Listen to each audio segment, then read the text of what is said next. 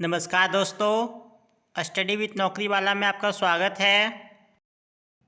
आज हम कुछ ऐसे इम्पॉर्टेंट इडियम्स एंड फ्रेज को कवर करेंगे जो पिछले कई एग्जाम में लगातार पूछा गया है।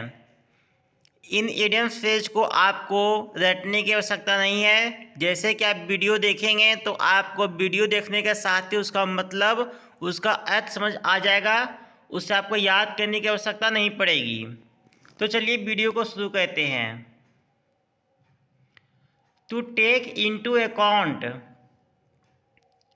तो किसी चीज़ को अपने अकाउंट पर, अपने खाते में अगर हम लोग लिख लेते हैं, जैसे कि मान लीजिए कि किसी किराना की दुकान में हम लोग का उधारी चलता है तो हम लोग क्या बोलते हैं कि खाता में लिख लो।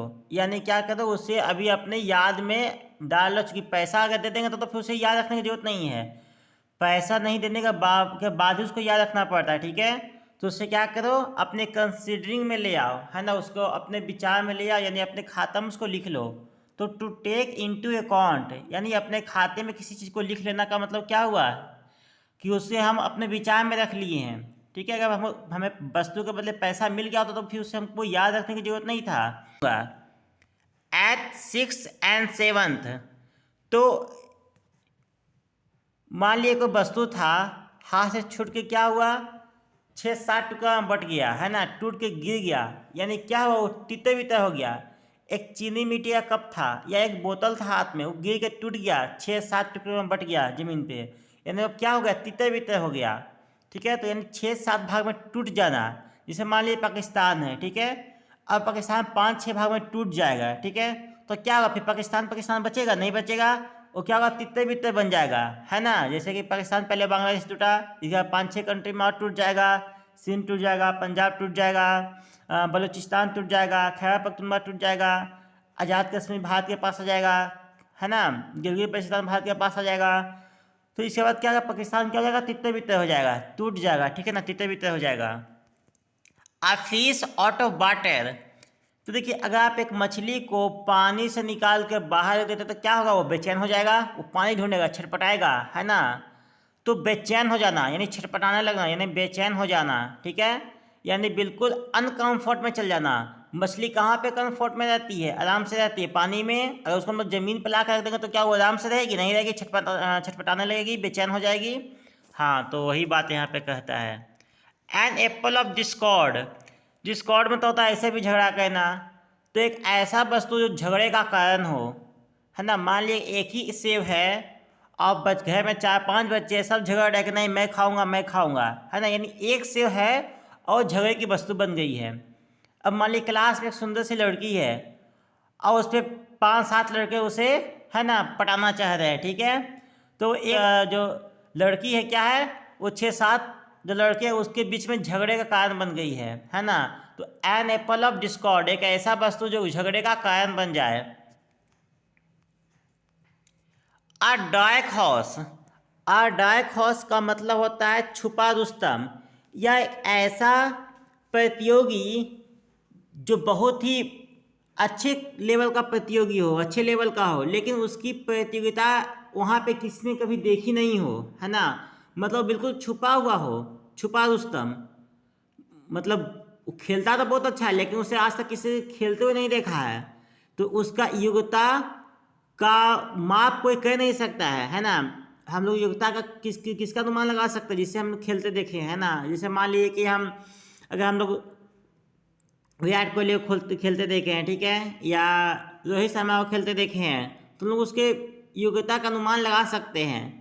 लेकिन कोई ऐसा प्लेयर आ जाए कहीं से जिसको हम लोगों ने खेलता कभी देखा ही नहीं है, ठीक है, लेकिन खेलता बहुत अच्छा है, तो जैसे अगर बाउंड्री पे बाउंड्री देना शुरू करेगा तो उससे हम लोग बोलेंगे छुपा रुस्तम, अब ब्लैक हॉर्स। अगला है ऑल आई फॉर एन आई, देखिए एक आँख के बदले सबका आँख, ठीक है।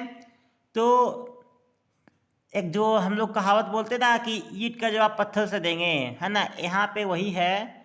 एक आँख के बदले सबका आँख ले लेंगे। अगर एक आँख को किसी ने खराब किया, अंधा किया किसी एक व्यक्ति के एक आँख को, तो सब व्यक्ति को अंधा वो करेगा, ठीक है। तो ये मतलब टिट फॉर टैट से भी था ऊपर का ही चीज़ हुआ, है ना। ऐसे हम लोग नॉर्मली हम इसे बोल सकते हैं टिट फॉर टैट, जैसा को तैसा, मैंने ये हुआ आँख के बदले आँख लेना, लेकिन एक्चुअल में क्या, एक आँख के बदले सबका आँख ले लेना। ठीक है, तो ऑल आई फॉर एन आई, मतलब एक आँख के बदले सबका आँख ले लेना। इसका मतलब हुआ जैसे को तैसा, अगर मेरे साथ किसी ने गलत किया है तो ठीक उसी तरह से मैं भी उसके साथ गलत करूँगा। अगला है अ मैन ऑफ स्ट्रॉ, तो इसका मतलब होता है एक मामूली आदमी, एक आम इंसान, जो इसे एक आम इंसान क्या होता है, अभाव में होता है, गरीबी में होता है, कुछ ना कुछ उसके पास हमेशा कमी होता है। ठीक है, तो अभावग्रस्त आदमी, a man of straw. A black ship, तो ब्लैक शिप का मतलब होता है अशुभ व्यक्ति, जो व्यक्ति शुभ ना हो, जिसके आने से क्या, या तो जिसका खुद का भी लाइफ में कभी कुछ अच्छा ना हुआ हो, और कई बार उसके आने से जो कुछ और भी काम में बिगड़ जाता हो, है ना। An unlucky person. At the stone throw, तो इसका मतलब हुआ, अब बताए हम लोग एक पत्थर उठाते हैं और उससे हम लोग कुछ दूर, उससे हम लोग फेंकते हैं। ठीक है, तो कितना भी तुम हाथ से पत्थर को फेंके कितना दूर जाएगा, थोड़ा दूर जाएगा, मतलब हार्डली 100 मीटर जाएगा या 200 मीटर जाएगा, उससे ज़्यादा दूर तो नहीं जा सकता है पत्थर, है ना। तो 100-200 मीटर क्या हुआ, थोड़ा दूर ही हुआ। तो एट अ स्टोन थ्रो मतलब इतना ही दूर जितना कि पत्थर फेंकने पे वो जाता हो, मतलब उतना ही दूरी। तो हम लोग कितना भी अच्छा पत्थर फेंक दें, लेकिन हम मेरे हिसाब से तो 100-150 मीटर से ऊपर नहीं जाने वाला है। ठीक है, अगर हम लोग हाथ से फेंकते हैं तो थोड़ी दूर पर। At a stone throw to add a new feather in one's cap, देखिए हमारे एक मेरे माथा में कैप है, मेरे सर पे कैप है, टोपी है, उसमें पहले से कुछ अलग अलग पंख डले हुए हैं, मोर का पंख है या कुछ और का पंख है, उससे मैंने एक और पंख ला कर डाल दिया, है ना, किसी दूसरे पक्षी का। ठीक है, तो यदि मैंने अपने टोपी में जो पहले से 5 तरह के पक्षियों का पंख था उसमें एक और जोड़ दिया।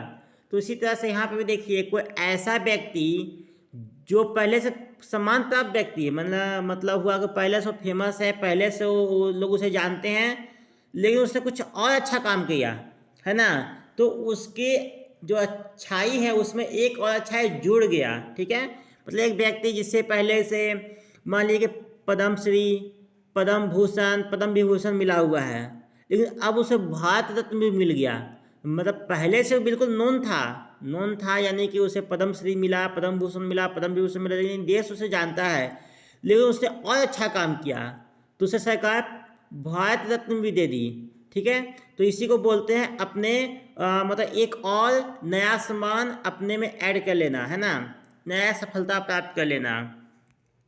To have an axe to grind, ये हुआ स्वार्थ प्रवृत्ति रखना। एडम्स एले का मतलब होता है शुद्ध जल, है ना, एडम्स एले का मतलब होता है शुद्ध जल। एट अ स्नेल पेस, देखिए स्नेल क्या होता है, कीड़ा होता है, मतलब घेंगा जो होता है, घोंगा टाइप का कीड़ा होता है या घोंगा ही होता है। ठीक है, तो घोंगा आप लोग देखे होंगे तो आपको वर्षा ऋतु में आपको चलते हुए मिलेगा, या फिर आपको तालाब के किनारे पे आपको घोंगा मिलेगा। तो घोंगा का स्पीड क्या होता है, बहुत धीमा होता है। ठीक ना, रेनी सीजन में आपको जहाँ तहाँ छोटा छोटा घोंगा भी मिलेगा, उसके ऊपर शरीर के ऊपर एक खोल टाइप का होता है। ठीक है, तो उसका आप देखेंगे उसका चलने का स्पीड बहुत धीमा होता है, बहुत धीमा चलता है वो। तो एट अ स्नेल पेस मतलब हुआ धीमी गति से, हम तो मतलब घोंगा की गति को धीमी गति से ही मतलब उसे तुलना कर लेते हैं, तो स्नेल का जहाँ भी आ गया वो धीमा ही होगा। ऑल एंड सन्ड्री मतलब वह सब कुछ, है ना, जो भी था सब कुछ, एवरीथिंग। अल्फा एंड ओमेगा, तो देखिए हम लोग जैसे बोलते हैं ना A to Z हमने काम कर लिया। ठीक है, तो A to Z जो हुआ वो इंग्लिश यानी रोमन अल्फ़ाबेट का अक्षर है, A पहला है और Z आखिरी है। उसी तरह से ग्रीक अल्फ़ाबेट भी है, जैसे रोमन अल्फ़ाबेट है ABCD, उसी तरह ग्रीक अल्फ़ाबेट भी है। ठीक है, जिसको हम बोलते हैं अल्फ़ा बीटा गामा, ये सब, है ना, आपने पढ़ा हुआ alpha beta gamma theta delta omega, है ना। तो जो ग्रीक अल्फ़ाबेट है उसमें पहला अक्षर है अल्फ़ा और अंतिम अक्षर है ओमेगा। जैसे रोमन में क्या है, पहला अक्षर A और अंतिम Z, उसी तरह से ग्रीक में पहला है अल्फ़ा और अंतिम है ओमेगा।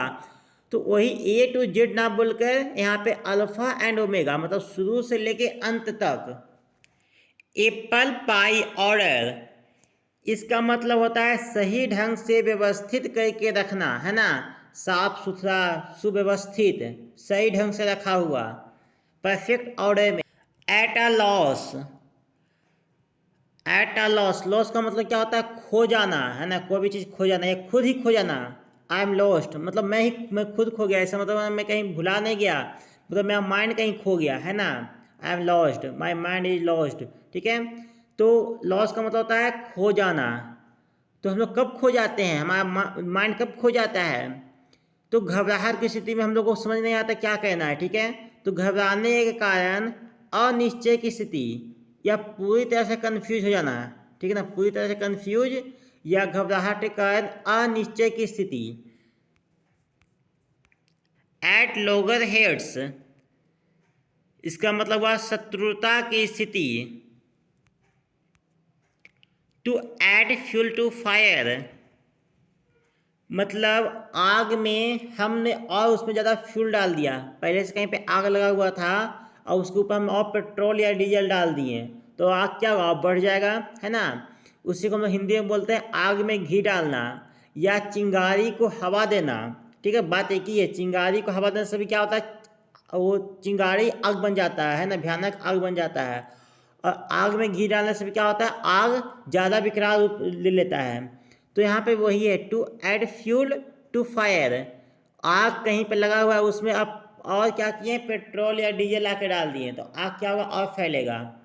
तो मतलब आग जो लगा हुआ तो पहले से तो स्थिति खराब था ही, उसमें फ्यूल डाल के हमने और भी स्थिति को खराब कर दिया। एट अ डैगर ड्रॉन, पारस्परिक शत्रुता या गहरी दुश्मनी। एन आई बॉस, आई बॉस का मतलब है धोखा देना, धोखा, है ना, एक तरह का धोखा। जैसे कि जादूगर भी हमारे क्या है, हमारे आंखों के साथ खेलते हैं ना, हमें धोखा दे के मतलब अपना हाथ का सफाई कर लेते हैं। तो आई बॉस का मतलब होता है धोखा, इसे हम लोग कई तरह से यूज करते हैं। To have an axe to grind, स्वार्थ पूर्ति करना। विथ ओपन आर्म, देखिए विथ ओपन आर्म, आप हाथ खोल के खड़े हैं, इसका मतलब क्या हुआ, आप तहे दिल से, है ना, आप किसी के स्वागत में हाथ खोल के खड़े हैं गले लगाने के लिए, ठीक है। यानी आप बिल्कुल दिल से चाहते हैं उसे कि हाँ मैं उसे गले लगाऊं, ठीक है ना। तो विथ ओपन आर्म्स, या हम लोग बोलते हैं कि उसने दोनों हाथों से धन लुटाया, है ना, उसने इस काम के लिए दोनों हाथों से धन बहा दिया, यानी कि वो बिल्कुल इसका काम किसी भी तरह से हो जाए, बिल्कुल उस पर लगा हुआ था, एकदम दिल से उसे चाहता था वो काम हो जाए, इसलिए उसने वहाँ पे पैसे की चिंता नहीं की, बिल्कुल जितना पैसा खर्चा होना था उसने किया, लेकिन वो काम कर दिया। तो इसी को हम लोग बोलते हैं विथ ओपन आर्म्स, ये किसी भी तरह से यूज हो सकता है ना, मतलब तहे दिल से, इसका मतलब हुआ, है ना। To lay down one's arm, देखिए आर्म का मतलब हाथ भी होता है, आर्म का मतलब हथियार भी होता है, ARM, आर्म का मतलब हाथ भी होता है और हथियार भी होता है। तो यहाँ पे आर्म जो बोला है वहाँ पे हथियार का बात का है, ठीक है। तो आप अपना हथियार किसी के सामने रख दिए, है ना, इसका मतलब क्या हुआ, आपने उसके सामने खुद को आत्मसमर्पण कर दिया। आपने देखा होगा मूवी में, सीरियल में, कि जब कोई एक सेना दूसरे सेना से हार जाती है तो उसके जो बड़े बड़े अधिकारी होते हैं, जो सेनापति होते हैं या राजा होते हैं, अपना जो तलवार होता है वो नीचे रख देते हैं, उनके सिपाही अपना तलवार को नीचे रख देते हैं, मतलब वो अपना हार स्वीकार कर लेते हैं और खुद को आत्मसमर्पण कर देते हैं। तो इसी यही हुआ आत्मसमर्पण करना, to surrender. At one's wit ends, इसका मतलब हुआ घबरा जाना। बीट्स का मतलब ऐसे भी होता है होश खो देना, है ना। तो ये पूरा भी देखें तो एट वंस बीट इंड्स मतलब घबरा जाना, होश खो बैठना, पूरी तरह से कंफ्यूज होना। अल्मा मैटर, अल्मा मैटर का मतलब होता है शैक्षिक मातृ संस्था या एक ऐसा संस्था जहां हमने पहले पढ़ाई किया हुआ हो, जहाँ से हम पढ़ के निकले हैं, है ना। ये ज़्यादातर जो पढ़ने वाले संस्थान होता है, पाठ संस्थान, उसके लिए जो होता है जहाँ से हम पढ़ के निकले हैं उस पाठशाला को या उस इंस्टीट्यूट को हम लोग बोलते हैं अल्मा मैटर। अगला है एट द आउटसेट, आरंभ में। ऑल एट सी, देखिए आप बीचों बीच समुद्र में खड़े हैं, ठीक है। आपको हर चारों तरफ केवल और केवल समुद्र का पानी दिखाई दे रहा है, नीला नीला। तो बताइए उस कंडीशन में आप क्या बता पाएंगे मैं कौन दिशा में हूँ, मैं किस लोकेशन पे हूँ? नहीं, आप बिल्कुल पूरी तरह से क्या है, भ्रमित है, पूरी तरह से कन्फ्यूज हैं, है ना। तो कम्प्लीटली कन्फ्यूज, जहाँ पे आप कुछ नहीं अनुमान लगा सकते हैं कि अभी बजा कितना है, अभी मैं किस जगह पे हूँ, मेरा लोकेशन क्या है, सामने का दिशा कौन है, ठीक है। तो बिल्कुल पूरी तरह कन्फ्यूज, केवल और केवल वहाँ पे पानी और पानी ही है, समुद्र का नीला नीला। तो वो क्या हुआ, बिल्कुल कन्फ्यूज का स्थिति हो गया। एक्स आउट, बाहर कहना, एक्स का मतलब ऐसे ही बाहर कहना होता है, ठीक है। एक्स का मतलब से कुल्हाड़ी भी होता है, लेकिन बाहर निकालना भी होता है, या नौकरी से बाहर निकाल लेना होता है, ठीक ना। तो एक्स आउट मतलब बाहर कहना। To allow to grass to grow under one's feet, यानी कि आपने अपने पैरों के नीचे घास को बढ़ने दिया। इसका मतलब क्या हुआ, आपको इतना भी मतलब आप इतने भी मतलब नहीं थे एनर्जेटिक कि आप उस घास को काट सके। आप घास बड़ा हो रहा था, आप बस उसको बैठे हुए देख रहे थे। इसका मतलब है कि बिल्कुल आप क्या है, लेजी इंसान हैं, मतलब आप सुस्त व्यक्ति हैं। एकिल्स हील, देखिए एकिल्स एक व्यक्ति था, शायद ग्रीक मैथोलॉजी में कहानी आता है। तो एकिल्स एक व्यक्ति था, तो जब वो बच्चा था, जो उसका जन्म हुआ था, तो किसी ने बताया था उसकी माँ को कि एक पानी था, उसमें उस एकिल्स को डुबा दीजिए, तो जितना शरीर उसको आप डुबा देंगे तो वो बिल्कुल क्या हो जाएगा, आयरन मैन बन जाएगा, मतलब उसका शरीर बिल्कुल लोहे मतलब लोहे जैसा मजबूत बन जाएगा। तो उसकी माँ ने क्या किया था कि एक पैर को पकड़ के उसके पूरे शरीर को उस पानी में डुबा दिया था। लेकिन जो पैर को पकड़ के डुबाई थी वो पैर पानी में नहीं डूबा था, बाकी तो उसका पूरा शरीर डूब गया था। तो एकिल्स जब मरता है तो वो उसी पैर के चलते मरता है, उसी पैर पर उसे तीर लगता है और उसी के कारण फिर वो मर जाता है, ठीक है। तो एकिल्स हील का मतलब क्या हो गया कि किसी एक बहुत ही मजबूत चीज़ का कमज़ोर हिस्सा। ऐसे तो ओवरऑल लोग काफ़ी मजबूत है, लेकिन कहीं ना कहीं उसमें एक लूप होल है, कहीं ना कहीं वहाँ पे अटैक करने के बाद वो ख़त्म किया जा सकता है। एसिड टेस्ट, तो देखिए एसिड, अगर मैं आपको बोलूँ कि आप इस एसिड को टेस्ट कीजिए कि सच में एसिड है कि नहीं हाथ से, तो क्या ये संभव है? नहीं है, संभव है, लेकिन वो काफ़ी खतरनाक काम है, काफ़ी उसमें जोखिम है ना।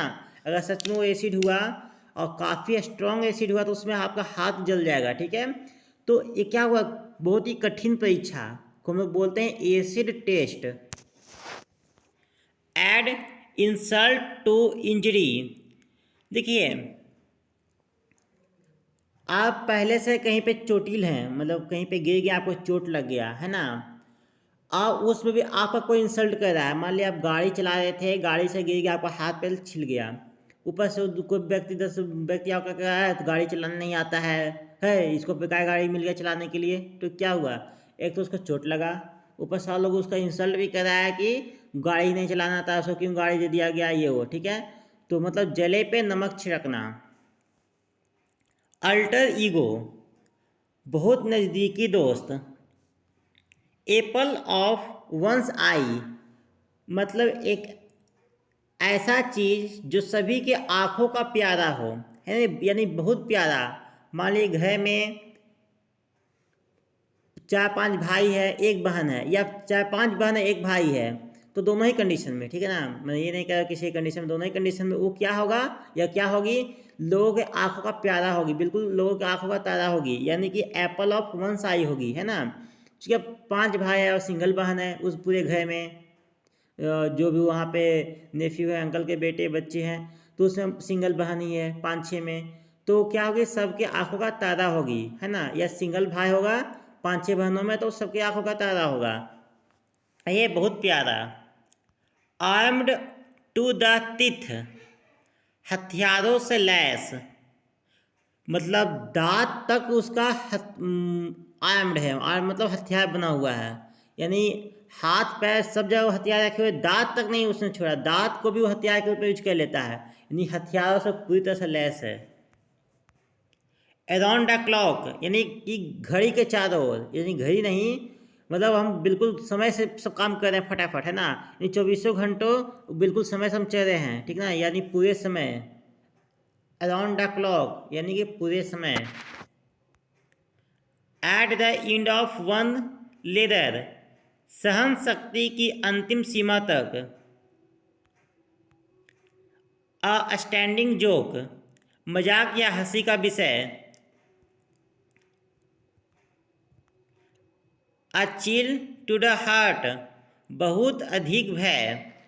चिल का मतलब ऐसे भय होता है, और हार्ट मतलब दिल होता है, तो दिल में किसी चीज़ का अगर डर समा हुआ हो, कभी कभी होता है ना किसी चीज़ का हम लोग को दिल में डर समा जाता है, वो मतलब ये नहीं हो कि मैं कह रहा हूँ कि भूत का या आत्मा का डर हो, मतलब वो हो सकता है कि आपको गरीबी का डर हो, आपके अपने स्वास्थ्य का डर हो, ठीक है, या हो सकता है आपके अपने रिलेशनशिप का डर हो।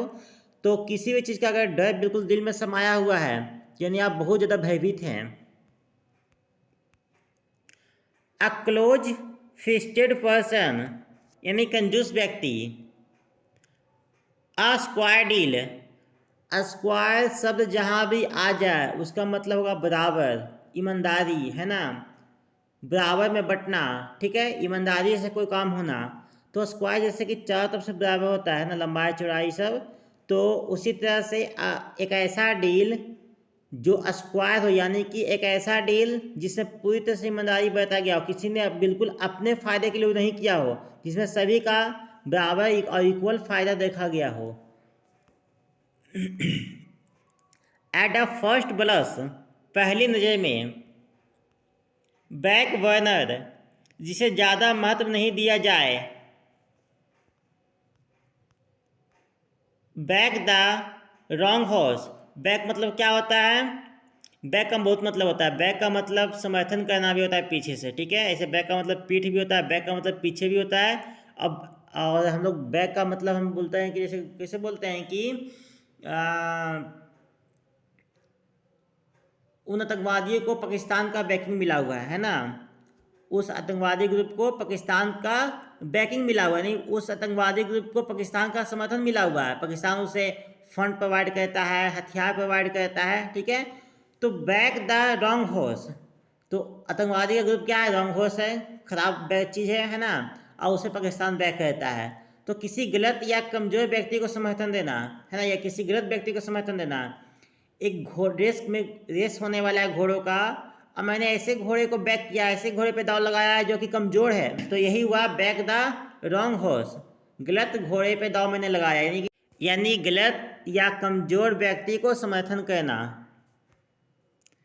बैड ब्लड, देखिए ब्लड बैड, बैड मतलब खराब, खून, तो जिसका खून ही खराब है, जहाँ पे खून ही नहीं मिल रहा है, जहाँ पे खून का ही दुश्मनी है, यानी कि दुश्मनी क्या बहुत पुराना है, ठीक है, बैड ब्लड यानी खून में ही क्या है, बैडनेस है, यानी कि बहुत पुराना दुश्मनी है। बैड मौत, मौत में खराबी है ना, मतलब बैड मतलब बुरा, मौत मतलब मुंह या बोलना, यानी बुरा बोलना, ठीक है, मौत का मतलब बोलना भी होता है, ठीक है। तो बुरा बोलना यानी कि एक दूसरे को गाली देना, अभद्र भाषा में बात करना, है ना। तो ठीक है दोस्तों, इस वीडियो में ही तक। अगर आपको इस एडम एंड फेज का वीडियो पसंद आए तो वीडियो को लाइक करें, हमारे चैनल स्टडी विथ नौकरी वालों को कृपया सब्सक्राइब करें। आप अपना फीडबैक हमारे कमेंट सेक्शन में ज़रूर दें। इस वीडियो को देखने के लिए आपका धन्यवाद। जय हिंद, जय भारत।